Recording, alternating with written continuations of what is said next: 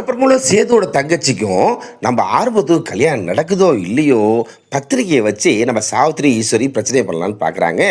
எப்படி தமிழ் பேர் அதில் இருக்கலாம் அப்படிங்கிறப்ப சேதுவை பார்த்து சாவித்திரி கேட்குறாங்க, ஏப்பா என்னட்ட மட்டும் காலைல ஆவேசமாக கோவப்பட்ட, இப்போ சொல்லு பேர் போடணுமா அப்படிங்கிறப்ப இந்த மாங்காய் மடைய சேது வந்து எதுக்காக இப்படி பொம்மனோ அந்த சாவித்திரிக்கு தப்புன்னு பிடிக்காத அத்தை எதுக்காக பொம்மனுன்னு தெரியாமல் ஆமாம் ஆமாம் பேர்லாம் போட வேண்டாம் அப்படிங்கிறது சுத்தமாக நல்லாவே இல்லை.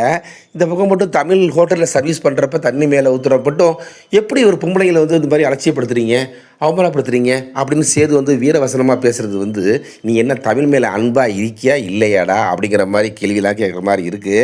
இதோட போக போகிறதில்ல, வீட்டில் போய் பாட்டிகிட்ட போய் சொல்லி புலம்ப போகிறாப்புல அந்த கிழவி வந்து ஏன்டி இது மாதிரி வெளியிலலாம் வேலைக்கு போகிற, அதெல்லாம் தப்புடி, நம்ம குடும்பத்துக்குன்னு ஒரு மரியாதை கௌரவமாக இல்லையா, நீ போகலாமா, என்ன பிரச்சனை உனக்கு அப்படிங்கிறப்ப எனக்கு தேவை வேணும், காலேஜ் ஃபீஸ்லாம் கட்டணும், நான் யாரை நம்பி இல்லை, இந்த வீட்டில் வந்து நான் கோர்ட்டுக்காக தானே இருக்கேன் அப்படிங்கிறப்ப என்னோட நான் வேணா பணம் எவ்வளோ வேணாலும் தர்றேன், இந்த குடும்பத்தை நீ அவமானப்படுத்தாத அப்படிங்கிற மாதிரிலாம் அட்வைஸ் பண்ண போகிறாங்க.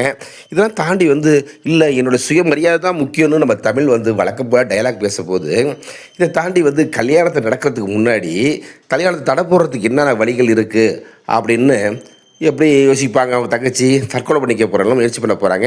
இதை வந்து கண்டிப்பாக தமிழ் காப்பாற்ற போகிறாங்க.